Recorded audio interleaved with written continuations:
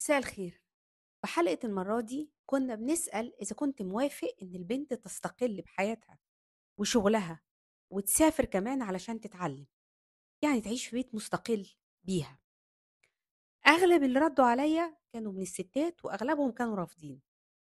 لما لقيت الرفض ده له أسباب كتيرة حبيت أعمل زي آم، يعني ملخص أو زي هاند بوك كده للحاجات اللي احنا ممكن نعملها لو إننا فعلا هنوافق ونخلّي بناتنا يسافروا للتعليم أو للعمل. نمرة 1 ده بيبتدي من التربية، من البيت أصلًا. يعني حسب كتاب ما ناقشناه في الحلقة، كان بيتكلم على إنه المجتمعات العربية والشرقية بشكل عام بتربي البنت على إنها تكون مُعتمدة بشكل عام على الذكر. الذكر ده لازم يبقى ممكن أبوها، أخوها، جوزها، لازم يكون في حد على طول مسؤول عنها. يعني كإننا بنربي أطفال كبار، ومن غير وجود السَنَد ده معظم بناتنا بيبقوا عُرضة للاكتئاب والقلق وما بيعرفوش يتصرّفوا في حاجات كتيرة لو واجهوا ضغوط. فأول حاجة إن إحنا نعلِّم الست إزاي إنها تتعامل مع المجتمع على إنها من غير سَنَد.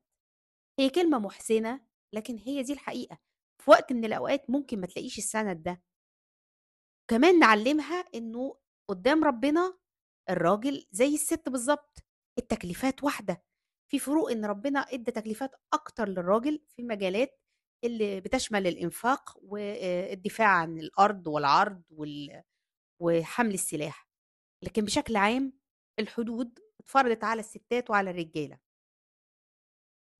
تالت حاجة إنه إذا البنت مسافرة لوحدها، فتعلُّم لغة البلد مهم جدًا.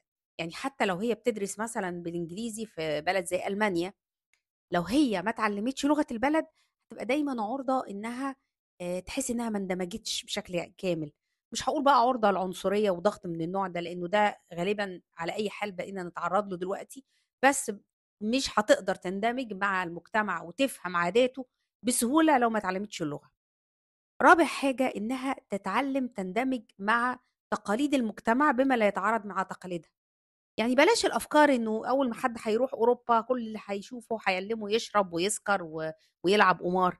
الكلام ده مش حقيقي. الأوروبيين بشكل عام بقوا واعيين جدًا إنه في ثقافات مختلفة بالذات عند الشعوب الشرقية الglobal south يعني فيها ثقافات مختلفة وفيها أديان مختلفة.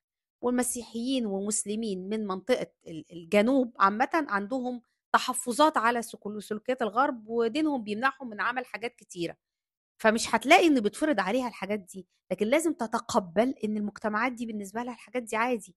ما تحكمش عنهم، وبالتالي ما تحكمش عليهم، وبالتالي تخلق نوع من الحاجز بينها وبينهم، يقلل من فرص إنها تكوّن صداقات أو إنها تتعرّف على الناس اللي في محيطها.